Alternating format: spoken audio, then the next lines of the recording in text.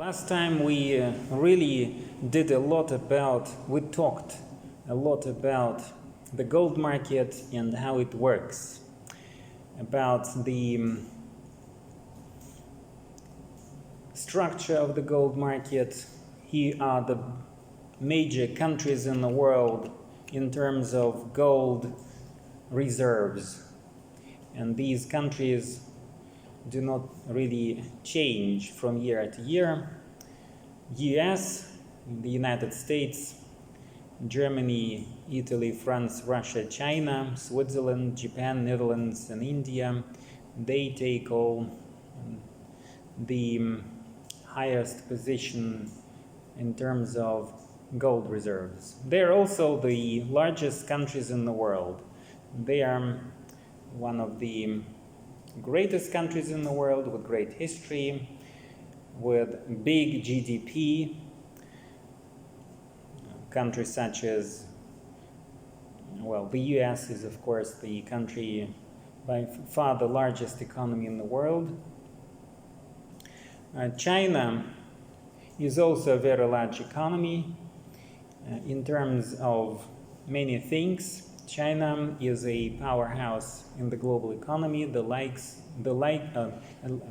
We can say that China is like the United States of the 20th century, because the United States, after World War II, became the superpower and the world factory, which produced everything, which invented everything.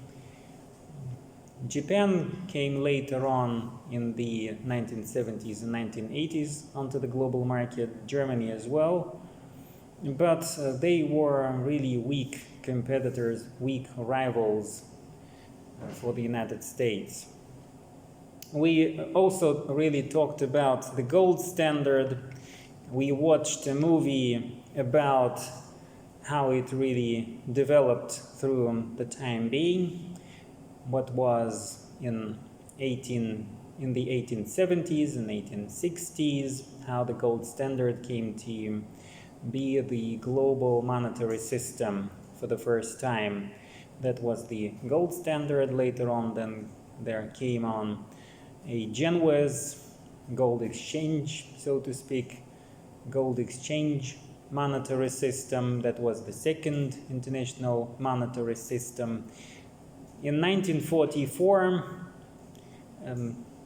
when many people understood that Nazi Germany is going to fall and there's going to be a new world order, the United States decided to invite the major governments of the major countries, the fighting nations in the world, to participate in Bretton Woods Conference in July 1944.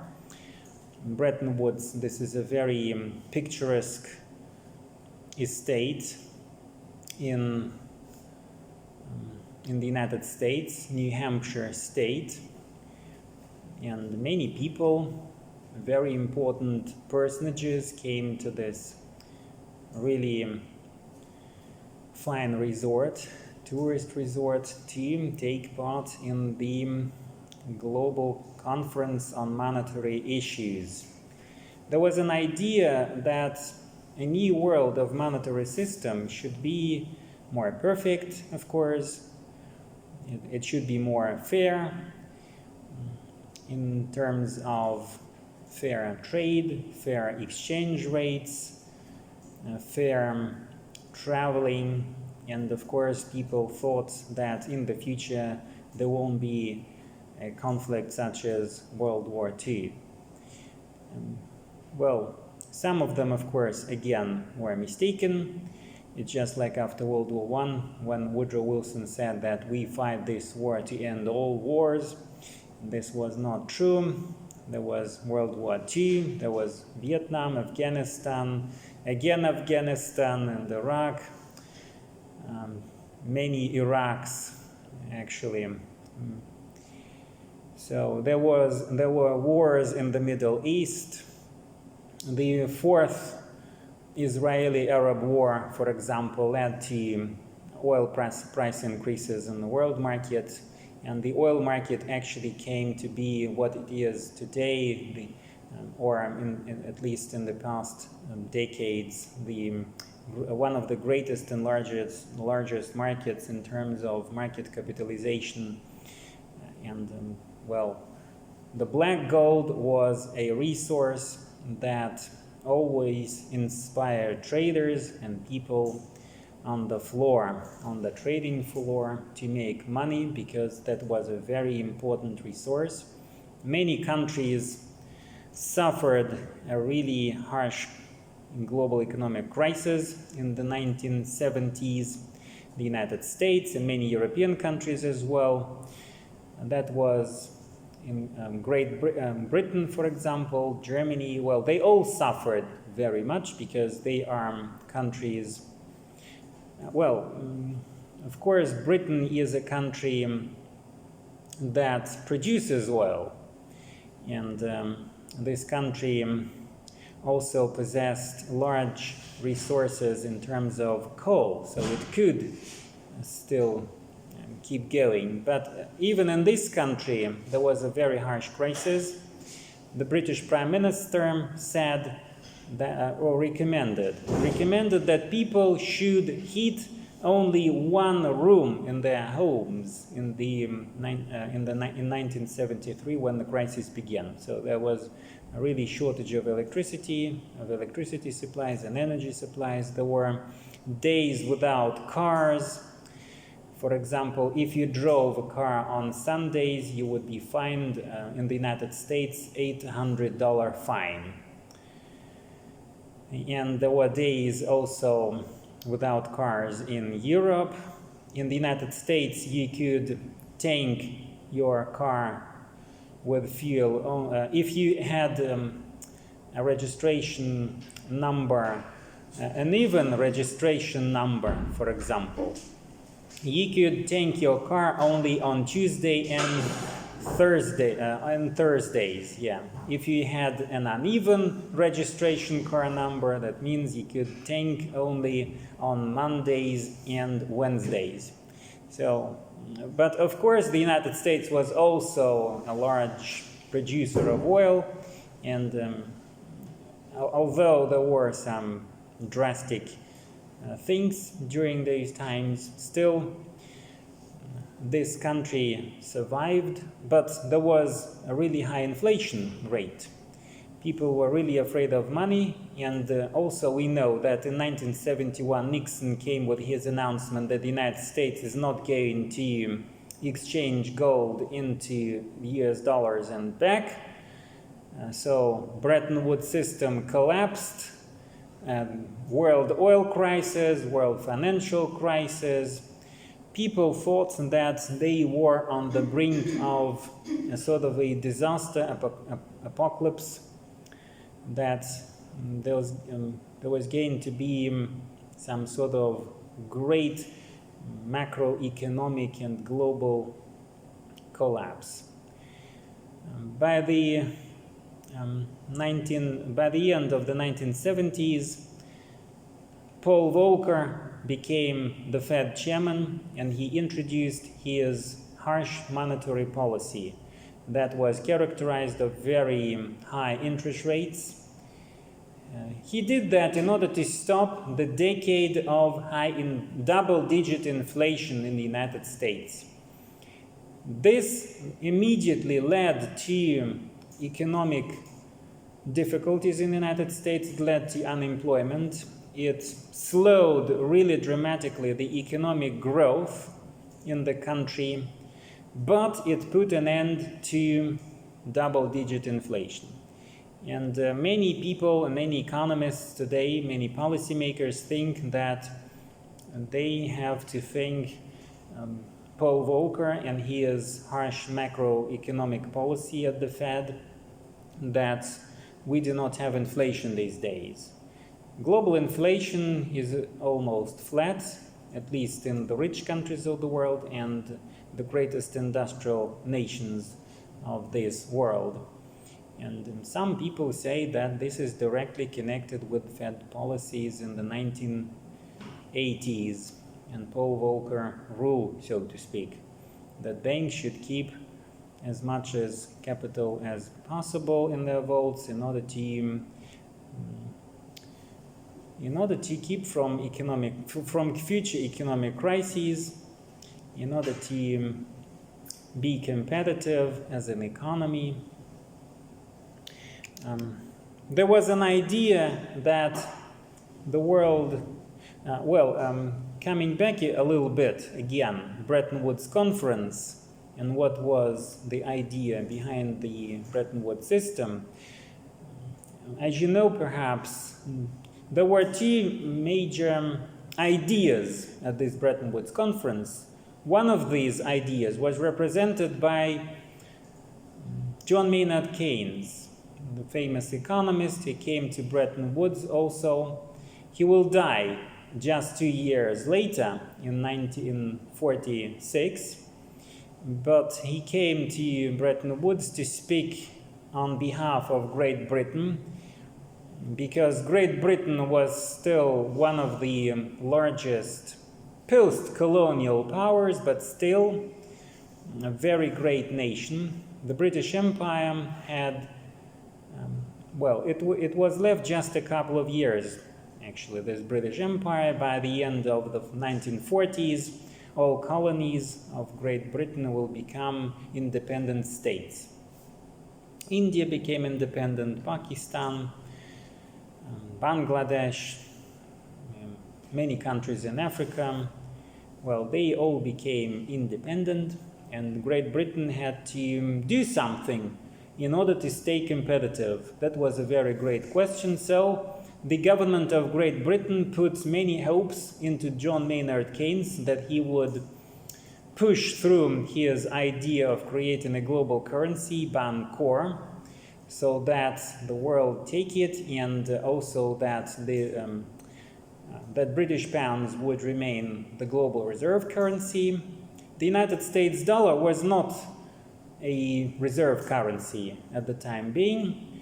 Of course, it was a currency for many loans, because countries in Europe really required many loans to finance war. All countries in Europe actually took money from the United States, Great Britain, France, the Soviet Union also. There was these state-buy loans and end-lease also. The British government had to pay to the United States and these huge government debts it accumulated with the United States. John Maynard Keynes is reported to suffer in the final days of his life that Britain consented to repay its government debts to Great Britain. And some people say that he had a heart attack because of that and died in 1946, with his idea never actually realized. But later on in the 1960s, his idea was reborn in terms of SDR, special drawing rights, because this currency was a currency that never existed in physical currency supply. So this currency was just an electronic means of payment and reserves at the IMF, which was created during the Bretton Woods Conference, Bretton Woods negotiations on the fixed exchange rate monetary system in the world. Some economists say this system was quite successful because it kept interest rates, it kept exchange rates fixed, and countries were dealing on fair terms. So everyone knew that the US dollar is going to stay at the exchange rate of $35 an ounce of gold, and the world was pretty sure, and everyone was sure of that certainty that tomorrow will come. Unlike these days when we do not know what comes tomorrow. We do not know what's going to happen tomorrow.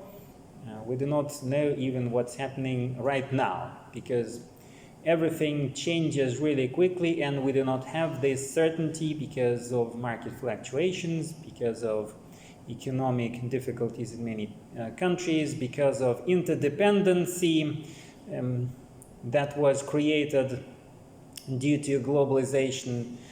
All countries are interconnected with each other, and if something happens even in a small country of Angola, for instance, Angola is a very small nation with some sort of 24 million people, but this is not really important in terms of population. But it is really important in terms of bauxites. Bauxites is a resource used to produce aluminium, and aluminium is a resource to produce many electronics and gadgets, and they have a political coup, a government coup in this country, and due to this coup, this country stopped supplies of aluminium to the world market, and the price of aluminium rose 40% compared to the beginning of 2021.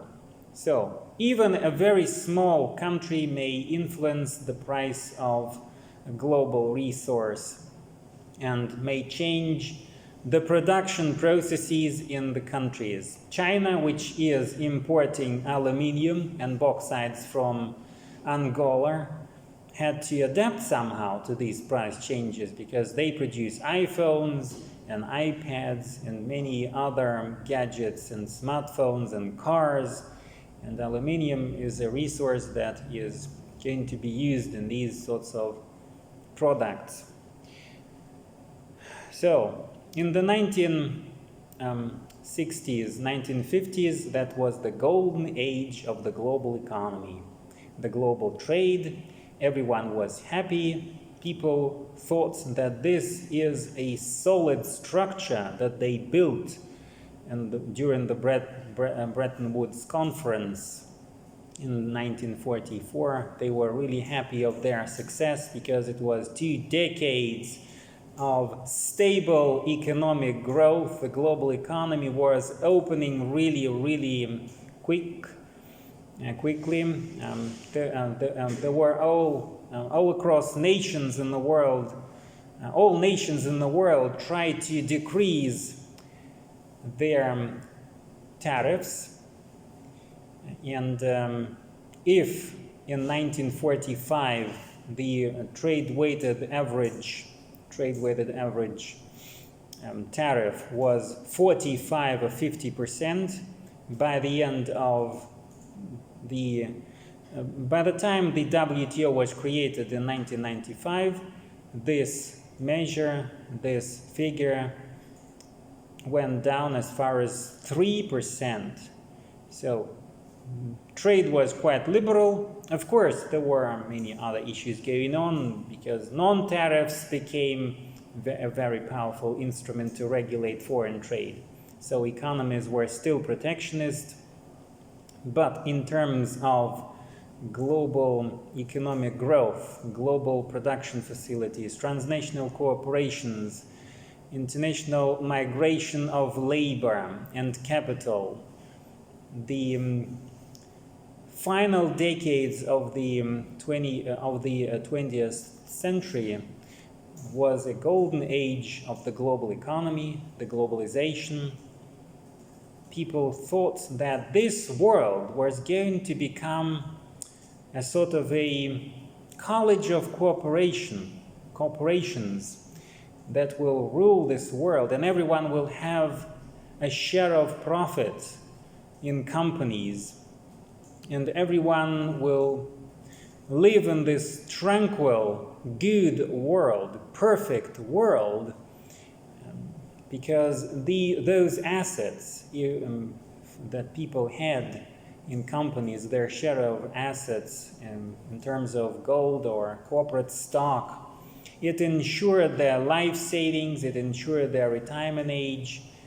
Kenichi Omaya, a Japanese economist, the author of the very famous book on globalization, in 1995 said that in a couple of years, maybe in 5 or 10 years' time, we're going to have a global village, and there won't be any borders, there won't be any states, but there will be only corporations that will rule this world, and there will be global markets for everything where you will be able to buy everything and anything, and people will be very happy. 2 decades of globalization after that, and we see that people are very tired of, some countries at least, are very tired of this liberalization. Great Britain decided to exit the EU, although this country was in particular it was Tony Blair, the Labour Prime Minister in the 2000s. He went to Eastern Europe, and in 2004, this was the year when they decided upon more countries of Eastern Europe joining the EU. That was a British idea, actually, to let those countries be part of the greater family of European countries. And in 2016, it was again Britain who decided to leave the Union because these people from Eastern Europe, they flooded this small country, this small island. Its population increased by almost 20 million people in 2 decades. And they thought there were economic papers in those days circulating saying that we will receive, 13 to 15,000 people a year. That will be okay. We will be okay. They will help us in terms of field workers. They will pick up strawberries in our farms. They will be working as cleaners, street cleaners, and we will be happy. But they were mistaken by the factor of 10. So not 13,000 people came each year to this country, but 130,000 people came each year into this country, and they were quite happy to pick up strawberries and British farms. And there were some accountants, even professional accountants coming from Czech Republic, and when asked about why did you come to Britain? You're an accountant, professional accountant from the financial industry, from the services industry, and you pick strawberries here. And he said that, that's a great thing, education, but I make 4 times as much as I take as an accountant in back in Czech Republic. So I prefer picking up strawberries here because I make the same amount of money just in a matter of weeks, whereas in the Czech Republic I have to work really hard to do that. So many people of many nationalities flooded this country, and in 2016 their patience exploded, burst as a bubble, and they left the EU on January the 31st. The UK officially exited the single market. The globalization for this country did not end at this point because it developed a new policy, a new global policy, but it is really a matter of laughing, I think, because this small country is nothing compared to a larger family of European countries, and it will be, I think, deteriorating in its competitiveness, and it won't be able to replicate that sort of financial strength it had before the Brexit. Now, other nations and other international financial centers will become into power. Maybe it will be Frankfurt in Germany, maybe even Paris in France, Of course it will be Switzerland, because this country, even despite the fact that this is not an EU country, but it is the center of civilization in terms of prosperity, in terms of democratic understanding of the world as it works. It is the global financial center. It is one of the countries with the largest gold reserves and other precious metals. It is the symbol of peace. In terms of global conflicts, in terms of political turmoil in many countries, it always was a neutral territory. It was a haven for people to be. And many people would like to become Swiss citizens, although it is very difficult. It was difficult in those days, it is difficult still today. Like I told you last time, it takes you almost 15 to 17 years to be neutralized as a Swiss citizen, and it only after everyone in this country voted for you. So this is a very drastic country in terms of immigration law. You may watch actually a movie, How to Become a Swiss. It is a 1978, I think. It was filmed in 1978. Of course, many things changed, but the atmosphere in this country is quite similar. This is a 5 million nation, but it is the global financial center. It is a safe haven for assets. Its currency is the safe haven also. Many investors and traders buy into Swiss currency because it is as sure as gold. Although there were times when the Swiss franc also fluctuated. For example, in 2015, there was one day, there was an announcement actually by the central bank governor. He just said that we won't, before 2015, they pegged Swiss francs to the euro at an exchange rate of 1-to-1 almost. And due to economic difficulties in the European Union, they could not keep that fixed exchange rates, because many people they came from the EU, they took money to EU to Switzerland, and they could no longer hold this balance. They could no longer regulate it, and the central bank governor came on air someday. I do not quite sure what was the day, but you may look it up in economic calendar, which I recommended last time back in 2015. And he said that we're leaving off this fixed exchange peg. And what do you think happened?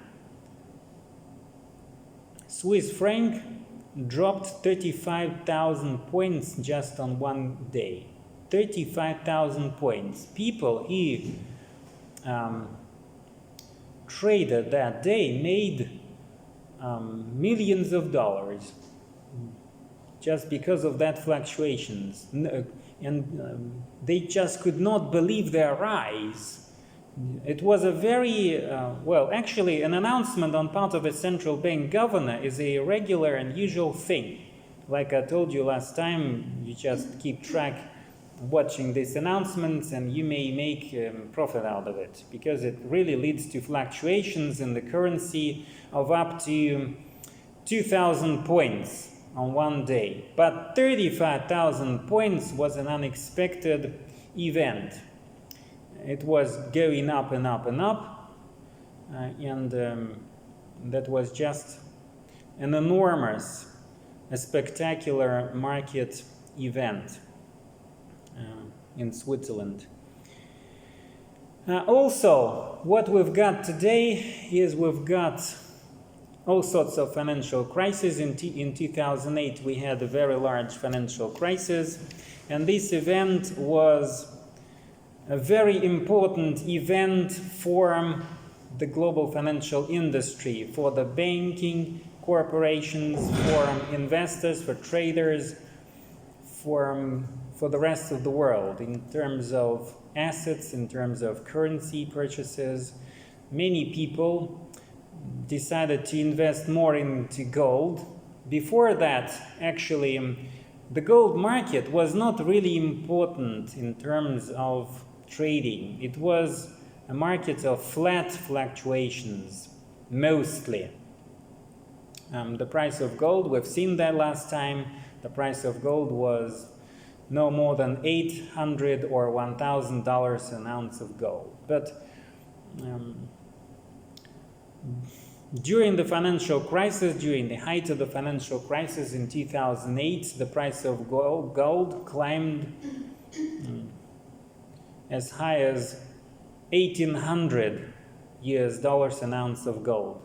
That was a very high price for this metal, because people were not sure about what will happen to other assets. They also bought dollars.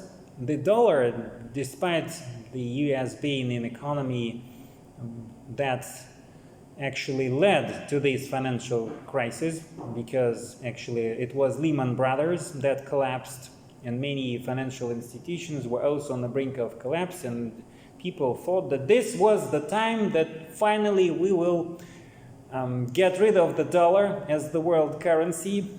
But that was not the case. The dollar actually grew in power.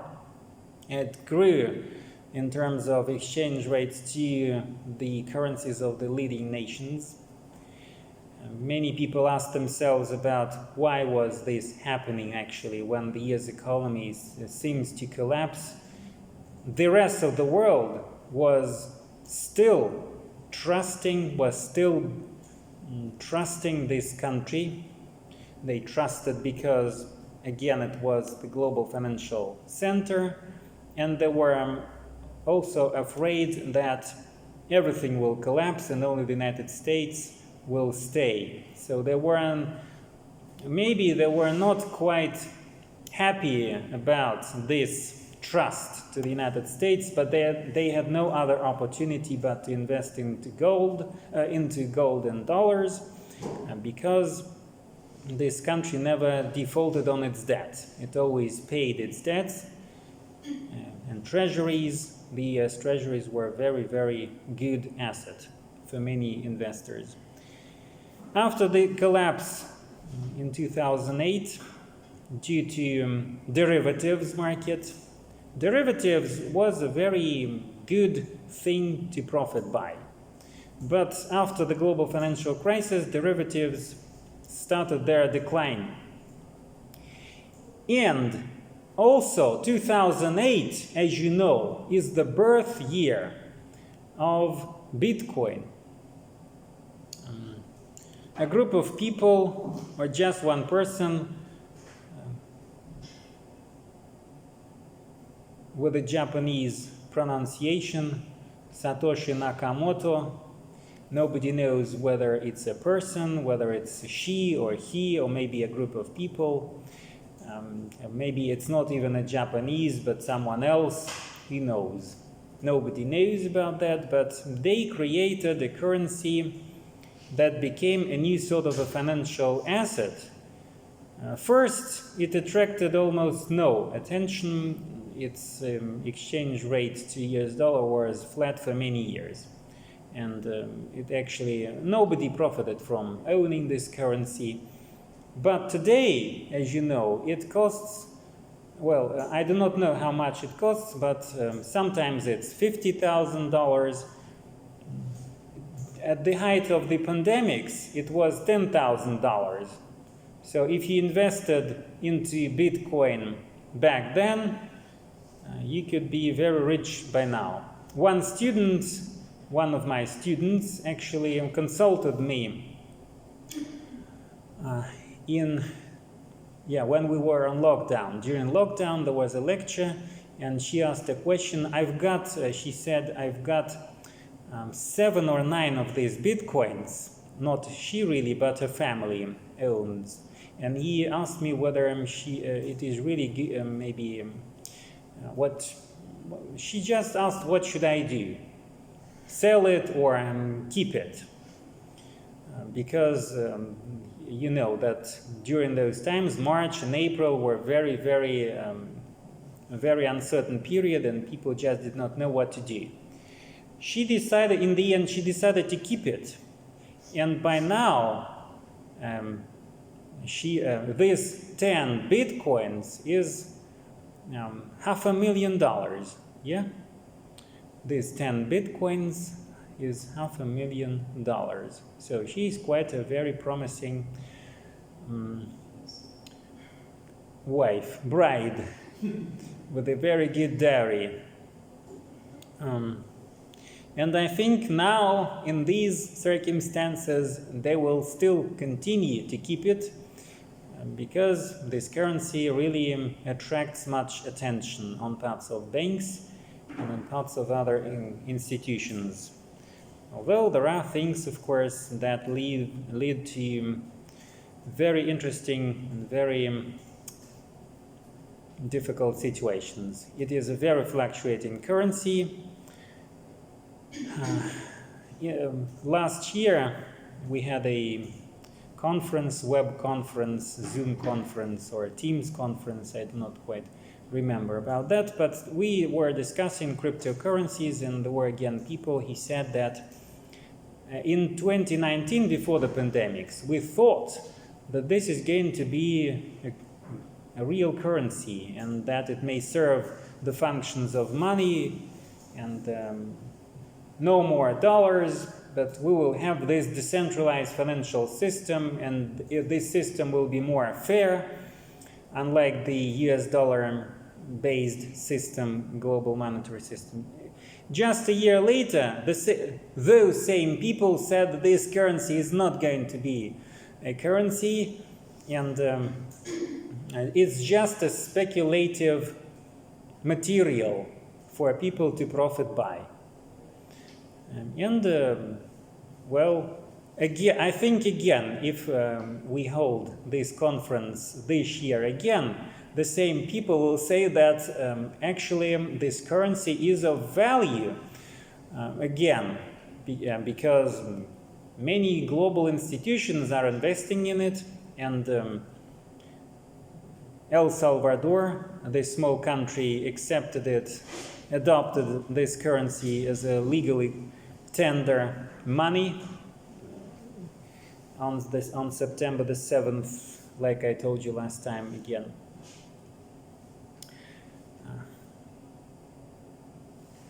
But still, gold is very interesting today in terms of assets. I think that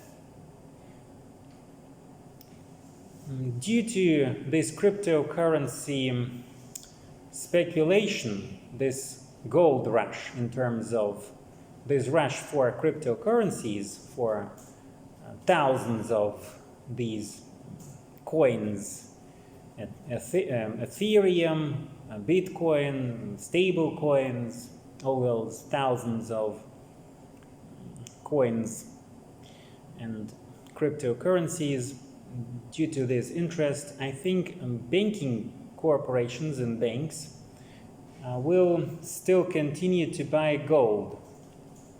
And the reason why I think so is because they are very afraid of losing their market share to largest payment companies such as Alipay, such as PayPal, and other means of digital transactions. Because if these currencies really mature, if central banks introduce their government currencies like digital ruble or digital euro, digital yuan, central bank money, there won't be any, we do not know what will happen actually to commercial banks. But the whole system, the whole financial system in our world is based on the idea that banks take deposits and make loans using these deposits, make loans to companies and get interest revenue from those loans.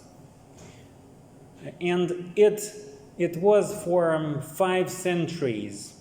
The system is working, it works for 500 years since banks came into existence in Italy. It was Medici, it was other families in Italy, in Florence, in Venice, in many other Italian cities, because this country was a trading nation, one of the largest trading nations in these days, and they were really great bankers. Then it was the Rothschilds that created their banking empire across all Europe. In the 19th century, they were the largest bankers, the banking emperors of the world. Then they immigrated to the United States and founded their banking empire there. They extended it to the United States, and today we do not imagine the global banking without this family, this Rothschild family. And also, we cannot imagine this world without just simple commercial banks. You just got to leave this room and just go across the street and you find a logo with the bank name on it. For example, local bank. I can see it from this window, local bank. This is a commercial bank. And you just take a few steps away from this bank and you see Rosbank, VTB Bank, Sberbank on each corner. And you've got ATMs with the same logos, Rosbanks, VTB, and other Alpha Bank, and many other banks, hundreds of them actually, just in this city of Moscow. We've got, I believe, 500 names of banks to count. The same goes for many other great industrial cities. So just imagine that you walk away from your home and no banks on the skyline, nothing in terms of banks. What is going to happen if we really adopt this cryptocurrencies or government money, and central bank will be the largest and the single issuer of money? So today we still live in a world where central bank is just a sort of a lender of last resort, but the real thing, the real institution to distribute the central banking money, of the government money, is banks, commercial banks. They are responsible for it. And they are in possession of the largest, I think, one of the largest financial resources. Today, all banks across the world own 183 trillion US dollars in assets. Almost 200 trillion US dollars in assets. This is 10 years economies. And the global GDP, you know how much is it, global GDP? $83 trillion. But this is $100 trillion more in terms of banking assets. And of course, capitalism, capitalist system, capitalistic relations, those things Karl Marx was talking about in his famous book called Capital. Well, actually, people living in Marx times could not imagine that someday there won't be any banks. But he said in one of his, I think that was the volume 3 of his Capital, where he said that sometimes revolutions happen and things change. Maybe really that was a prediction about that sort of revolution, this cryptocurrency revolution in terms of money. And that's why I think that banks today buy more gold, and it keeps the value of gold really high because they just keep buying gold. They kept buying gold before the epidemics, before the pandemics, in bulk, and this drove gold prices higher and higher. They actually did it not because of the cryptocurrencies. They did it because Basel III, a core banking accord, told them do this, because they had to ensure financial stability, and they were really quite successful about that. During the pandemics, actually, we heard no bank names really worth mentioning that collapsed. Yeah, there were no bankruptcies and bank runs like which we heard of during the global financial crisis of 2008, when Lehman Brothers, this 150-year-old bank, collapsed.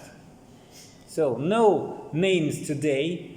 JP Morgan Chase, Bank of America, the largest banks in the United States, in Germany, in Japan, well, they may have some difficulties due to reasons, very clear and understandable reasons, because still we live in terms of uncertainty and crisis, new normality, but no really great bank runs, no really important economic events leading to such crashes. I told you last time that some of these banks do not even, they stopped receiving deposits because these deposits are too much already in their vaults, and they cannot, if you've got too many deposits, that means you will have to pay,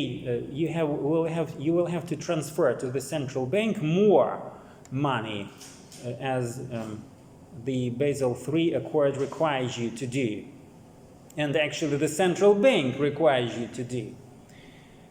So this is going to be now a sort of a rivalry between the central bank and the world of commercial banks. This rivalry, this struggle began, of course, in the later part of the 19th century, when there were too many financial crises. This is not a new thing, a banking crisis and a currency crisis. Those things happened very frequently in the later part of the 19th century. There was a very big financial turmoil in 1896, and actually there were 500 banks that collapsed that year across the world. Then there was 1907, this is the beginning of the 20th century. 1907 in the United States, many banks collapsed again. So there were too many banks. You also perhaps know that there was this idea that in the United States, some of the states kept their own currency. They circulated their private money, and there was times when there was no single currency in the United States. So that was one of the reasons why people still kept gold, because the dollar was not a single currency for the union of this nation.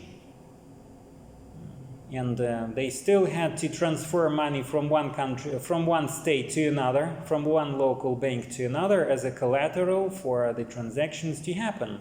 And you remember, you may watch Western movies where these guys just commit the robberies, yeah.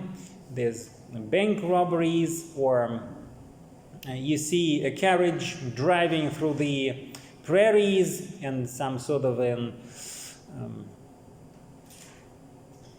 Yankee gang or some sort of Indian gang just makes a robbery and they steal this gold, they keep it to them, and well, this thing will have to had to collapse.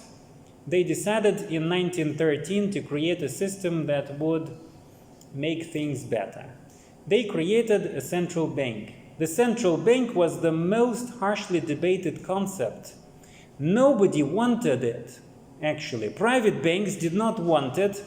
Commercial banks did not want it because they owned all the gold in the country, yeah? They owned all the gold. That was the hard currency for them. Who issued the dollars then? The dollars were just a receipt, a sort of a paper receipt for you to exchange it, to redeem it in gold, yeah? And each dollar bill said that this is redeemable in gold. It was just the representation value of the gold, yeah? Because countries were still on a gold standard. And gold was actually in possession of commercial banks. Central bank was not in existence, almost. That was just an idea that there should be an institution that would control the operations of the private banks, because there were too many private banks, too many commercial banks with their interests that precipitated economic crisis, and they had to have a sort of a watchdog that would control this financial system, that would help it from collapse, prevent it from collapse. That was the idea behind the central bank. And as soon as it was created, there was not a single economic event or great, even a small political event, economic event, that was not connected with this rivalry between commercial banks and the central bank. Just because the central bank started owning gold, and now it had power over commercial banks because it introduced required reserves.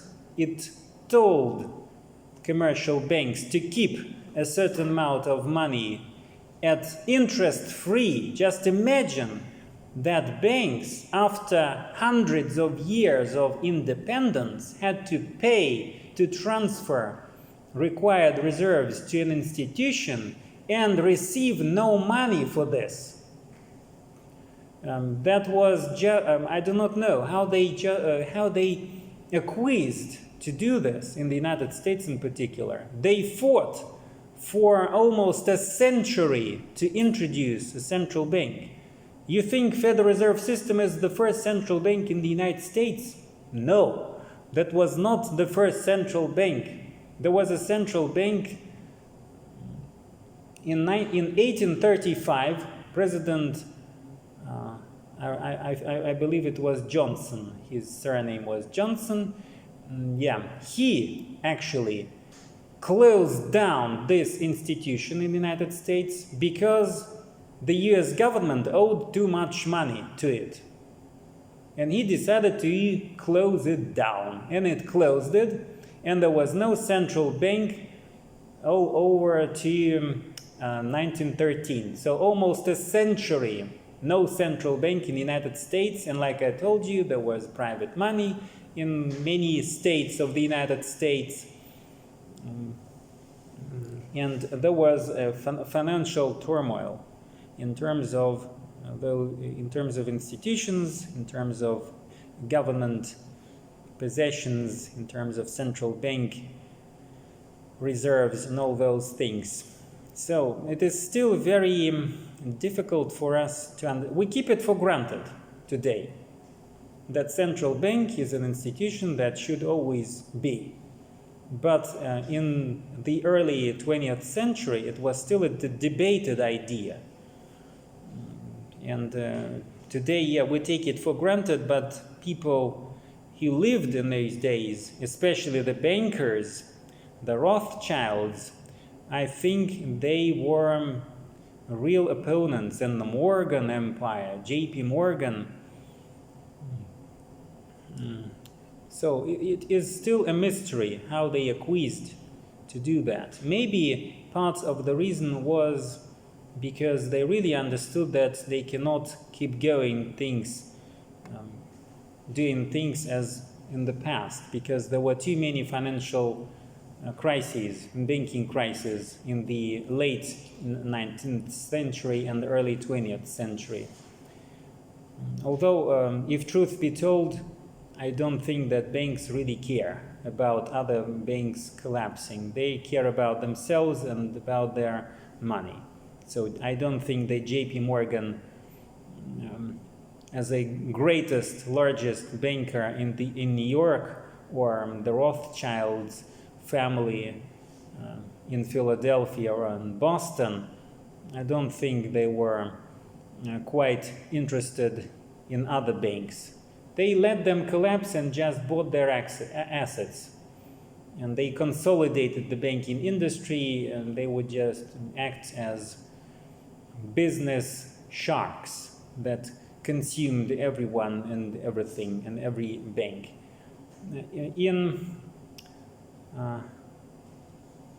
During the global financial crisis, the Great Depression, in 2029, 16,000 commercial banks collapsed. So you may understand how widespread banks were in those days, that 16,000 banks collapsed in the United States during the Great Depression. Does this lead to a consolidation of the size of the banks? And the large banks started to consolidate their assets because their shares went to nothing. And people such as J.P. Morgan, John Pierpont Morgan, and the Rothschild family, they started, of course, buying up their assets, because it is a very good thing to buy assets during the crisis for those people who have money to buy. It's just like the story behind the Rothschild family is actually a Napoleon story. In 1815, in June of 16 or 17, 1815, there was the Battle of Waterloo. Napoleon and Wellington were to fight in Waterloo, and Amschel Rothschild was the founding father of the Rothschild banking dynasty. He went to Waterloo to watch, because he perfectly knew that as soon as Wellington would be defeated, the shares of British companies at the London Stock Exchange would drop. And he wanted to buy those shares at lower prices. He wanted to use that fluctuation. That was one of the greatest financial operations, one of the largest financial activities in history, in human history. So he went to Waterloo and watched, because everyone was sure that Napoleon was going to win. By the time, there was a very also interesting situation, because Napoleon was actually the person who was defeated, and Wellington was the victorious guy. But there was no telegraph in 1815. There was no internet to say to the rest of the world that Napoleon was defeated. So it took at least several hours, maybe even a day, 24 hours to go to Britain to say that Napoleon was actually defeated, but not Wellington. So Amschel Rothschild took as many horses as possible, and driving really, he was rushing. He rushed to London in a matter of hours across the channel, across the English channel, and he went straight to the London floor, to the London Stock Exchange, with a very, very gloomy face. By the look of him, people understood that Wellington must be defeated.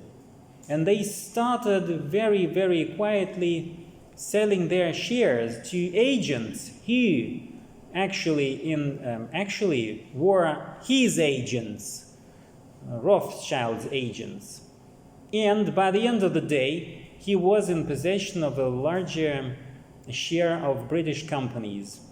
And by the time everyone knew that Napoleon was actually defeated, the prices of British companies skyrocketed, and he was, just in a matter of minutes, he became the richest person, not only in Britain, but also in Europe.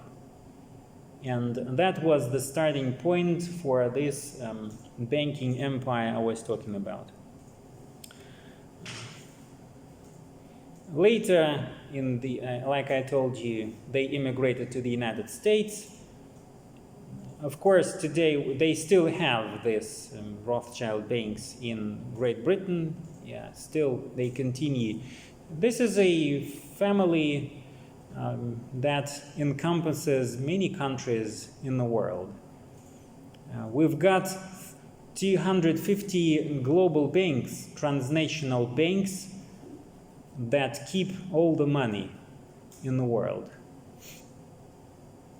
And they, of course, this will be, if central bank really decided to take into possession of these assets, and if they really decided at this level of central banks to defeat the commercial banking system, to sort of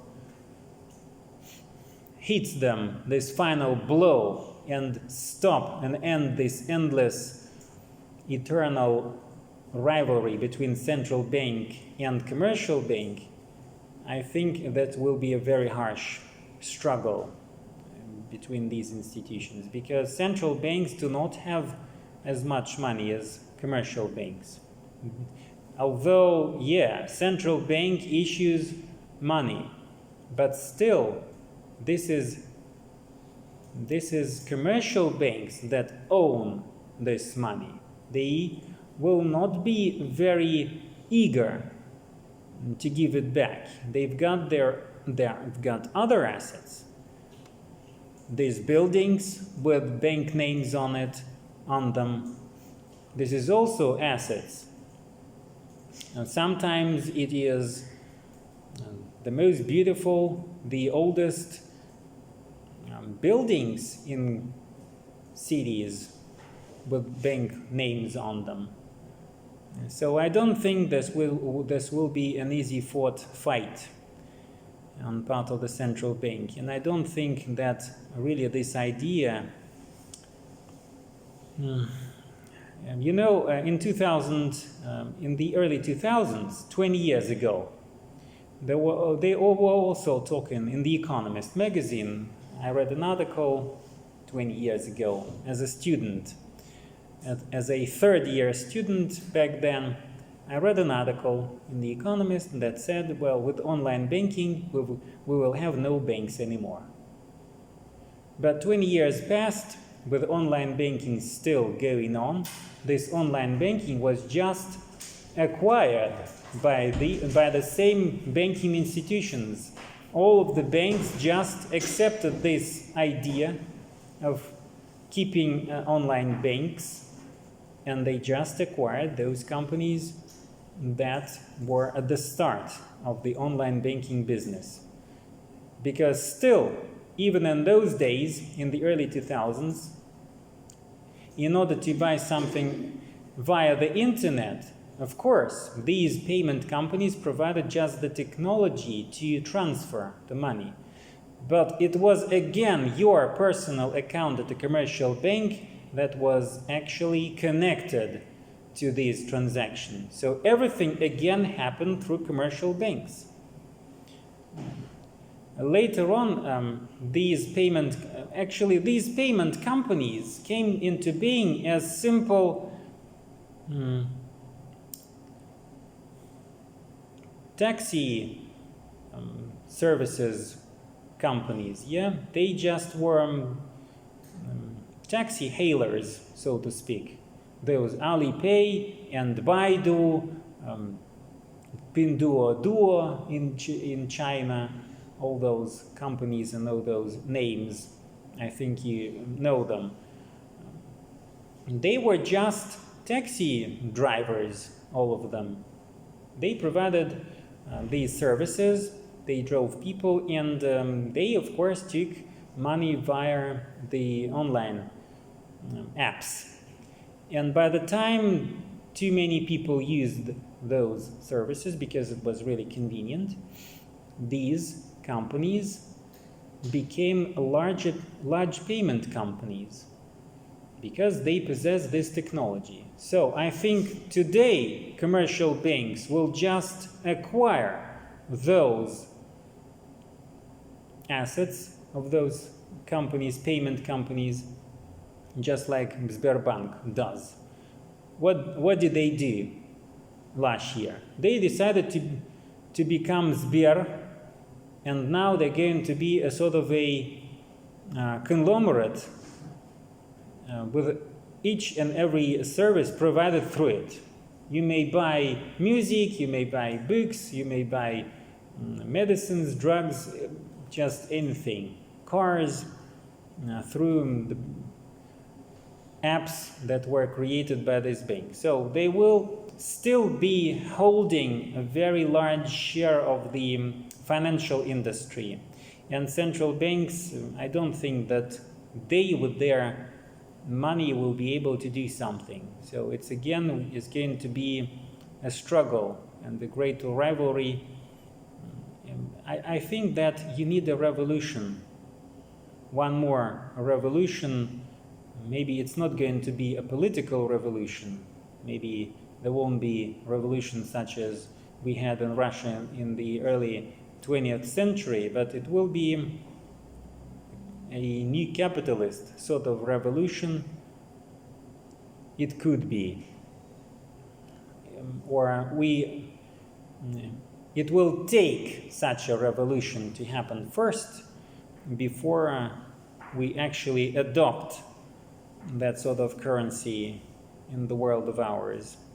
But I'm not quite sure about that it will happen, because the history shows that banking institutions survived each crisis during the 5,000 years of their history in Europe and across the Atlantic. They will not be so easy to give away their power to the central bank. And also, there will be also consequences for central banks as well. Just imagine that no commercial banks. That means the central bank will have to take responsibility for the money distribution. That means its balance sheet is going to increase really dramatically. Its debts will increase, its monetary base will increase, and money in supply will have to be increased by the central bank. They will have to, again, to have more people, because if we do not have any commercial banks, who's going to work with us? Yeah, who's going to work with us? With people, with companies. He's going to provide loans to companies for development. That means central bank will have to employ more people, And in the end, it will be just a very large commercial bank then. Just one commercial bank that will consume each and every one. And maybe it will be a bank again, not a government-owned bank, but a bank that will be just shared as a private company by the same families that own the banking corporations today. So all those people behind today's commercial banks will just be at the board of directors of this bank. They will take their share of assets, and this will be a money monopoly, a new money monopoly, more drastic money monopoly that will have more control over people, because there will only be one name of the bank with its money. Yeah, because to get profit now, you will have to, interest rates will be less than they are today, yeah? Because of no banks, no commercial banks means lower interest rates. That means, well, you got to be a monopoly to continue get that profit. So that no competition. That means no market competition. Without banks in our current system, we cannot create money. Without banks, money will be created by the central bank. Okay. But again, what I'm saying is just my idea. It may become a very different sort of thing. I'm just speculating about it.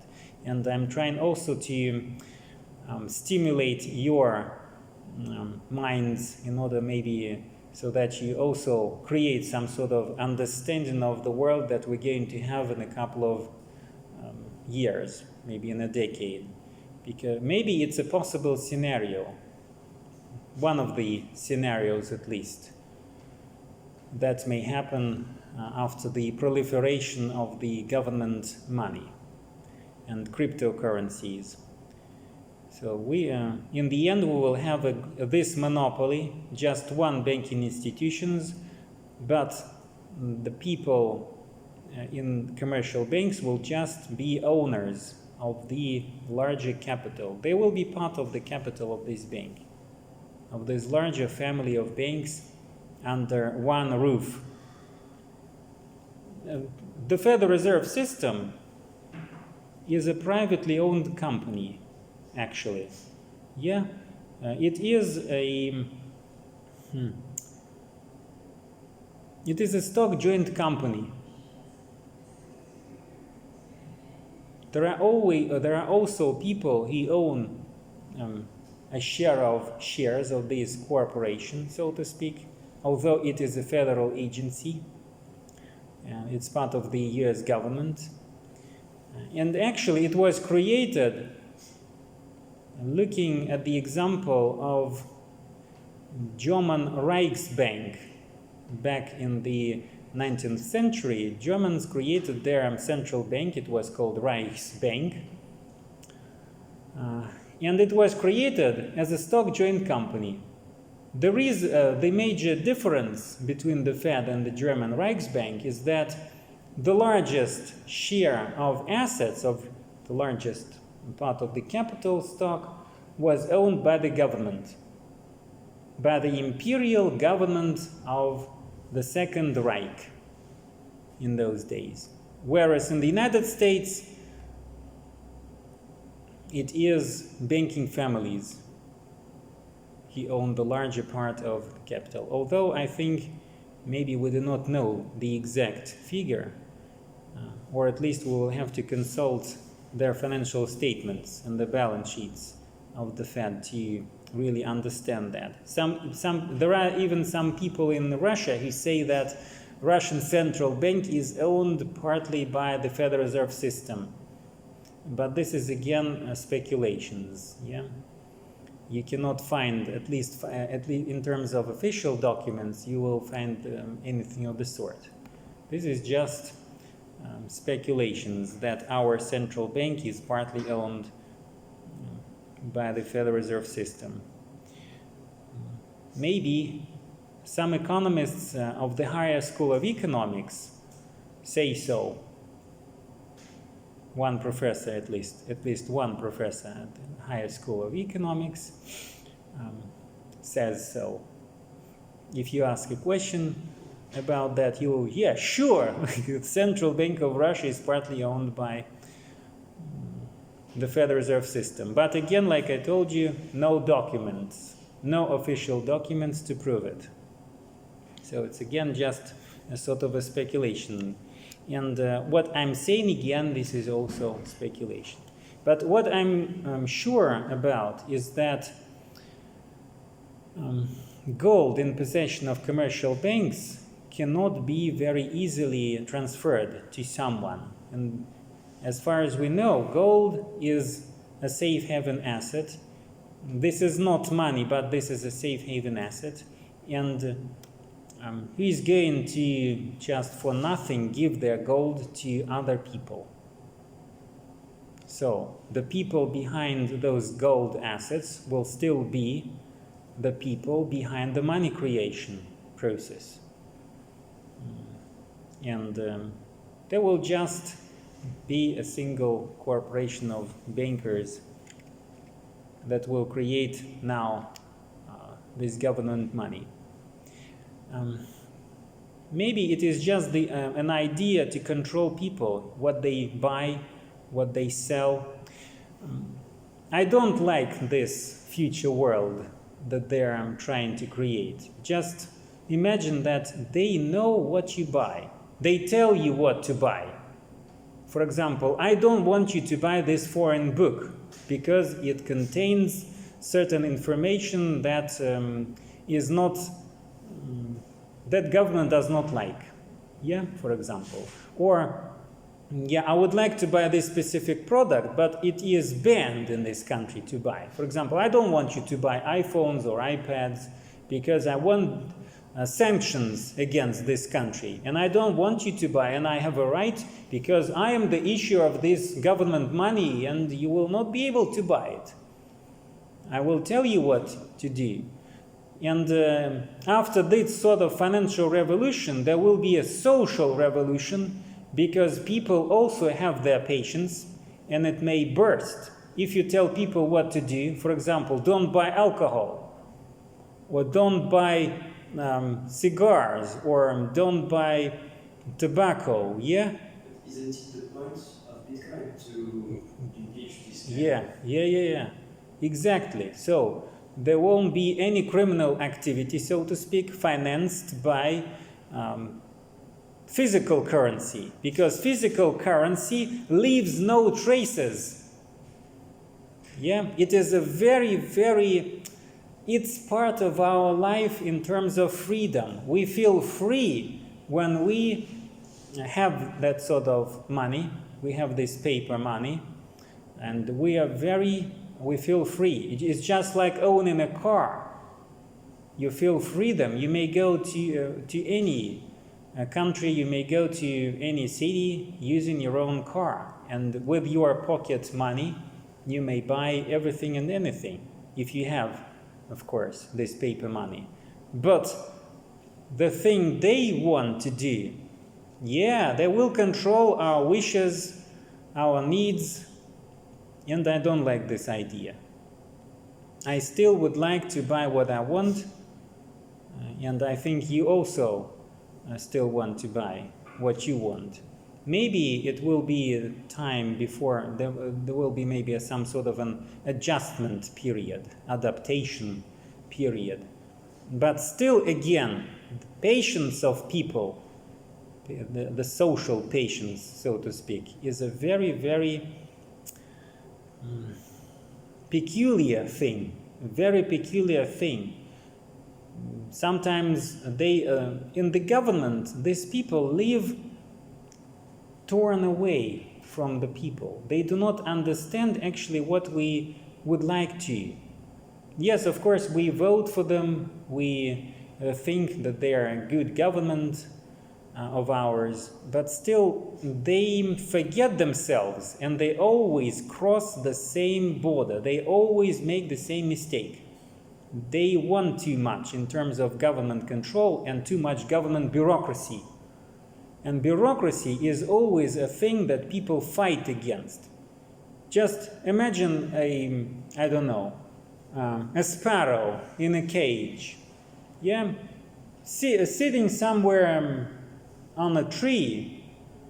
It will sit for many hours, but you keep it in a cage and it may just kill itself. And the same happens for people. As soon as you know that you are free people, you may do anything with your money because you have this money as part of your salary. You work for it. You spend each day working really hard for the government or for your boss in the company. And by the end of the month, you finally receive this reward and you think this is a golden opportunity to do something. This opens a lot of opportunities, and now comes a sort of a government institution that's going to tell you what to do and how to spend this money. You can buy this, you can buy that, but you cannot under any circumstances buy this product. So I don't think that people will like this idea, and that means commercial banks will still have their own right to live in this world, and even if in the end they will create the system, we can expect a sort of a social revolution after the financial revolution in terms of money circulation. There will be a social revolution on part of the people. They will create their own money, maybe, just like after the revolution in 1917, after the social revolution in Russia in 1917, I think you know that. There were hundreds of issuers of money in Russia. There were hundreds of money types and money names. Many republics, so-called republics, had their money. There was Soviet money, there was Kerensky money, Khwarezm money, Georgian money.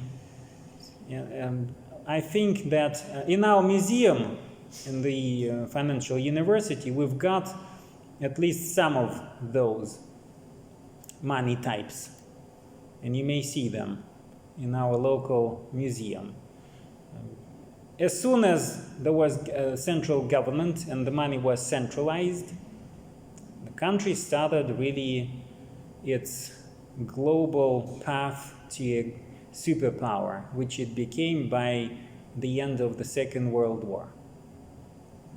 Although the Soviet Union decided not to be part of Bretton Woods system, and there are many reasons for that. Some say that we just did not want to disclose the information about our gold reserves. That's why we did not become part of Bretton Woods system. Stalin did not want to disclose to the United States the amount of gold reserves we have. Well, perhaps, who knows again. But I think he'd better be part of that world, because without the Soviet Union being as the member of this global financial system, we became a sort of we became a pariah state. Yes, that's the true word. We became a pariah state. So that every other nations shunned this country and could not deal with it. Of course, we created our own international currency, which was called exchangeable or fungible ruble. Interchangeable or fungible, I think in English it would be exchangeable or fungible ruble. Переводной. exchangeable or fungible, interchangeable, that was used by the Soviet, by the countries of the Soviet camp in Eastern Europe, in Africa, in Asia. We imported and exported goods, but still the gold and the gold standard, a sort of a gold standard, was always behind the money. Money and gold were developing very close to each other. And we cannot think of money as a separate thing from gold. I think people still today have in their blood the feeling that money is as sure as gold. And they may buy anything and everything again using it. Because it gives freedom, it gives safety, the feeling of safety that after the retirement you still will be able to have a sort of annuity to keep going.